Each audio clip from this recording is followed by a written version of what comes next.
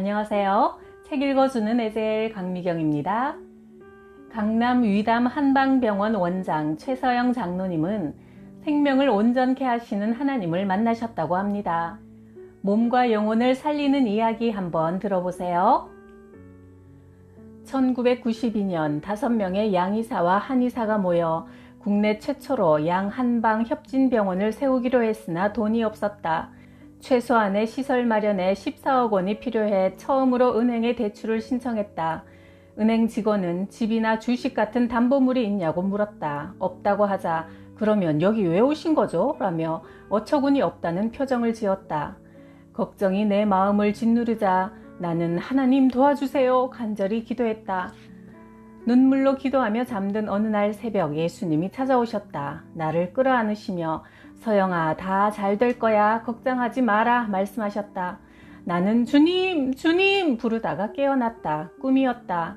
너무나 생생해서 눈물을 흘리며 감사기도를 드렸다.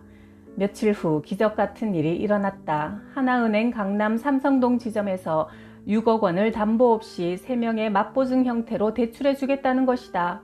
까다롭고 정확하기로 소문난 김기현 지점장이 말했다. 당신같이 비전 있고 훌륭한 일을 하는 사람을 도와주는 곳이 바로 은행입니다. 은행은 돈놀이만 하는 곳이 아니지요. 하나님이 하신 일이었다. 나는 그 돈을 바탕으로 하나 한방병원과 하나 의원을 세울 수 있었다. 1992년 12월 5일 막상 병원을 축복 속에 개원했지만 운영 자금이 5천만 원 정도밖에 없어 직원 54명의 한 달치 월급도 안 됐다. 우리 병원은 환자들이 찾기 어려운 후미진 곳에 있어 사람들이 우리 병원 앞을 지나가면서 어떤 바보가 이런 곳에 병원을 차렸나 곧 문 닫겠군 한마디씩 할 정도였다. 나는 이 문제를 놓고 기도하기 시작했다. 기도하니 하나님께서 여신 병원 하나님이 책임지실 거라는 확신이 생겼다. 개원식 후 10일쯤 지났을 때 KBS 아침 프로그램을 맡은 PD가 우리 병원을 방문했다. 연락도 부탁도 안 했는데 그가 스스로 찾아온 것이다. 이곳이 양의사와 한의사가 손잡고 세운 최초의 병원이니 취재를 해야겠다며 하루 종일 병원의 모습을 카메라에 담았다. 젊은 한의사와 양의사들이 환자를 위해 이곳에 모였습니다. 그동안 싸움만 해왔던 양쪽 의사들이 국민의 건강을 위해 모인 것입니다. 이 멘트가 전국을 강타했다. 다음 날부터 병원이 터지도록 환자들이 몰려왔다. 심지어 서울대병원, 연세대병원 등에서도 잘 치료되지 않는 환자들을 보내주었다. 이후부터 나는 하루 5차례 이상 언론 인터뷰에 시달렸다. 돈 걱정에서 해방되었고 1년이 안 되어 모든 빚을 갚을 수 있었다. 겨우 숨통이 트일 무렵 목사님이 교회 건축을 해야 할 것 같다고 말씀했다. 나는 아직 돈이 없었으나 하나님께 감사한 마음으로 3천만 원을 약정했다. 그러자 교회 중직자들이 온 지 얼마 안 된 신참 집사도 헌신하는데 우리가 가만히 있으면 안 되지 하며 저마다 건축 헌금을 들여 산 밑에 아름다운 교회를 지었다. 얼마 전 영화배우 김주혁 씨가 운전 중 갑자기 근처 아파트 지하로 돌진하다 기둥에 부딪혀 사망하는 사고가 있었다. 국립과학수사원에서는 사망 원인을 충돌에 의한 뇌 손상으로 결론 내고 심장은 정상이었다고 했다. 그러나 나는 충돌 이전에 이미 심장이 정지됐을 거라고 생각한다. 상황을 목격한 주변 운전자는 김주혁 씨가 가슴에 손을 얹고 고통스러워하는 모습을 보았다고 증언했는데 이는 심장이 멈추자 의식을 잃고 핸들 위에 쓰러져 차를 제어하지 못했음을 추측할 수 있는 대목이다. 평소 건강에 문제 없던 사람이 심장 문제로 갑자기 죽는 경우가 많고 심지어 환자가 가슴 쓰림, 통증, 답답함 등을 호소해도 심장 정밀 검사에서 별 이상이 없어 역류성 식도염으로 치료하다 심정지로 사망하는 경우도 많다. 이런 경우 대부분 담 독소가 심장 근육에 쌓여서 심장 근육이 굳어져 심박동에 장애가 온 것이다. 심장의 담 독소를 빼는 치료 기술로 돌연사를 예방할 수 있다. 70대 여자 환자 정 씨는 20년 전 아들이 교통사고로 사망하는 일을 당하면서 우울증과 고혈압이 시작되었다. 가슴이 답답해 자꾸 한숨을 쉬고 숨쉬기가 힘들단다. 그래서 정밀 심장검사를 받아보았지만 전혀 이상이 나타나지 않아 역류성 식도염으로 진단받았다. 내가 검사한 결과 심장 근육에 담 독소가 축적된 것이 확인되었고 혀의 상태를 보니 혀가 매우 작아져 있고 검보라색으로 변해 있었으며 맥이 가늘고 덜덜 떨렸다.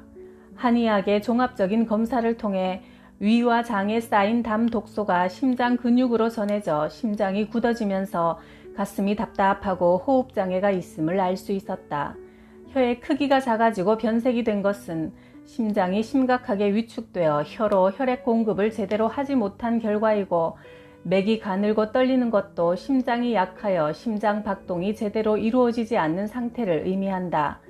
나는 우울증 약, 신경안정제, 역류성 식도염 약을 끊게 하고 심장을 강화하고 심장 근육에 쌓인 담 독소와 어혈을 제거하는 약물을 투여했다.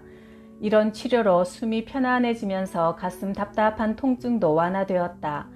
환자의 기분은 매우 좋아졌고 자기도 모르게 우울증이 사라졌다고 했다. 치료를 3개월간 집중하면서 혀의 크기가 정상으로 회복되고 혀의 색도 핑크빛으로 변했다. 이는 심장 기능이 강화되어 스트레스를 이길 수 있는 능력이 생기고 심장에 나쁜 피가 제거되었음을 의미한다. 환자는 수십 년 동안 시달렸던 고통이 떠나고 새로운 삶을 누리게 되었다며 감동의 눈물을 흘렸다. 28세 여성 이 씨는 얼굴에 여드름이 심했고 두통에 어지럼증, 우울증, 전신 피로가 너무 심해 직장을 그만두었다. 몸의 독소 상태를 점검하는 한방 진단기기로 검사해보니 위장 외벽에 담 독소가 다량으로 쌓여 있었다. 질병의 뿌리인 담 독소를 제거하는 치료를 한 지 3주쯤 지나자 여드름이 사라져 얼굴이 말끔해졌다. 그런데 이 씨는 내게 이런 항의를 했다. 원장님, 여드름도 사라지고 두통 어지럼증도 없어져 몸은 가벼워졌는데 왜 소화가 안 되죠? 저는 원래 소화 하나만은 자신 있었거든요. 치료받기 전에는 밤에 라면 5개를 먹고 자도 소화가 잘 됐고 혼자서 밥을 반솥이나 먹어 치워도 끄떡 없었는데 치료받은 후엔 조금만 더 먹어도 소화가 되지 않으니 치료 부작용 아닌가요? 나는 이렇게 설명했다. 이제 위장이 정상적인 반응을 하면서 몸을 보호하기 시작했네요. 몸이 건강해질 테니 걱정하지 마세요. 소화가 안 되는 것은 건강을 위해 이제 그만 먹으라는 위장의 반응이니 음식을 조절하세요. 비슷한 증상의 환자가 또 있었다. 뚱뚱한 50대 남자 조 씨가 우리 병원을 방문했다. 검사 결과 역시 위장 외벽에 담 독소가 축적된 담적 증후군이었다. 위장 때문에 중풍이 올 수 있으니 앞으로 소식하고 음식 조절을 잘 해야 합니다. 라고 설명하자 그는 거짓말하지 말라는 투로 항변했다. 나는 위장이 너무 좋아 돌도 소화시킵니다. 아무리 많이 먹고 빨리 먹어도 소화 안 된 적이 한 번도 없습니다. 그는 치료를 거부하고 급식과 폭식, 과식을 일삼더니 다음 해 결국 중풍에 걸려 갖은 고생을 하다 사망하고 말았다. 이 두 사람처럼 평소에 독소가 있는 음식을 폭식, 과식해도 소화를 잘 시킨다고 자신하는 이들이 있다. 그러나 이런 경우 중풍, 심근경색, 당뇨, 피부질환, 두통, 어지럼증 등의 질병으로 고통스러운 노후를 보내는 경우가 많다. 위장이 음식 독소로 손상되면 몸은 심각하게 망가진다. 위장 경보 시스템이 정상적으로 작동될 때는 독소가 들어오면 체하고 토하고 설사하는 등 몸을 지키기 위한 증상을 만들어낸다. 그런데 급식, 폭식, 과식 등으로 독소들이 쌓여 위장의 내장 신경계가 변성되면 위장 경보 장치가 고장난다. 이때부터는 음식의 좋고 나쁨을 판단하지 못하고 무조건 오케이 사인을 보내게 되는 것이다. 고 권사는 서울대학을 나와서 상당한 엘리트 의식이 있는 사람이다. 깐깐하지만 반듯하고 깔끔해서 남한테 피해 안 주고 매사에 경우가 밝아 교회에서 인정받는 구역장이다. 고 권사는 새벽 기도도 거르지 않고 헌금 생활도 철저하며 성경 지식도 출중하다. 그러나 고 권사의 삶을 깊이 들여다보면 겉보기와는 전혀 다른 모습에 놀라게 된다. 몸의 위선병이라 할 수 있는 담적 증후군도 위장 점막만 봐서는 모르고 점막 깊이 들어가야 알아내듯이 영혼도 위선병에 걸릴 수 있다.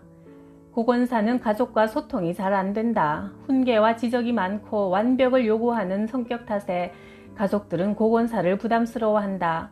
심지어 그녀의 남편은 네가 다니는 교회 나는 절대로 안 나간다 말할 정도며 며느리는 평소 시어머니와 말을 섞지 않는다.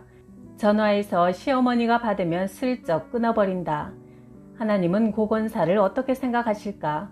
겉모습은 훌륭한 교인이지만 교만, 정죄, 질투로 오염된 내면을 보고 계실 것이다. 좋은 대학 나오고 강남 지역의 교회에 다니는 권사 집안에는 절대로 시집가지 말라는 말이 있다. 현대판 바리새인 같은 모습이 내게도 있다면 회개하고 성령의 충만함을 사모하여 하나님을 사랑하고 이웃을 사랑하는 건강한 신앙인이 되어야 할 것이다. 고등학교 시절 나는 서울대 경제학과에 가서 이 나라 경제 부흥의 기수가 되고 싶었다. 유명 학원에 다니면서 실력을 쌓아 전국 모의고사 전체 평균 점수가 60명 안에 들어 서울대 어느 과에도 합격할 수 있는 정도가 되었다. 그러나 막상 시험장에서 전혀 예기치 않게 평정심이 흔들려 시험을 망치고 말았다. 한강에 떨어져 죽고 싶은 심정뿐이었다. 내가 하류 인생으로 전락한 것 같아 견디기 힘들 정도로 비참했다. 그러나 실패가 나를 한의사로 만든 계기가 되었다. 시리에 빠져있던 어느 날 판사로 계시던 아버지 친구가 놀러와서 말했다. 한의대에 가는 게 어때? 앞으로 전망이 밝을 거야. 나는 당시 후기 대학이던 경희대 한의학과에 들어갔다. 마지못해 한의대에 들어가긴 했지만 서양의학에 비해 상대적으로 낙후된 한의학을 발전시키고 싶은 마음이 들었다. 그때를 생각하면 사람이 마음으로 계획해도 그 걸음을 인도하시는 분은 하나님이라는 잠언 말씀을 실감한다.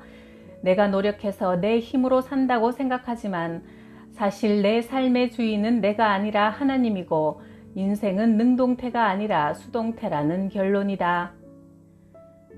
강남 사랑의 교회에서 제자 훈련을 받으며 매일 저녁 40분씩 기도했다.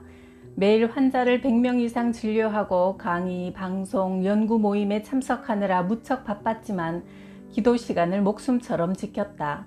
하나님 아버지의 음성이 들려왔다. 서영아, 너는 내가 지은 인간의 생명을 치유하여 나의 사랑을 전해주어라. 나는 하나님이 깨닫게 해주신 치료 방법들을 노트에 적고 그림으로 그리면서 황홀한 기도 시간을 보냈다. 정신분열증을 앓는 30대 여자 환자 문 씨가 내원했다. 그녀는 갑자기 옷을 찢고 뛰쳐나가고 싶거나 10층 아파트 아래로 뛰어내리고 싶은 충동, 심지어 자기 품 안에 잠들어 있는 3살 난 딸을 죽일 뻔한 일까지 있었다고 털어놓았다.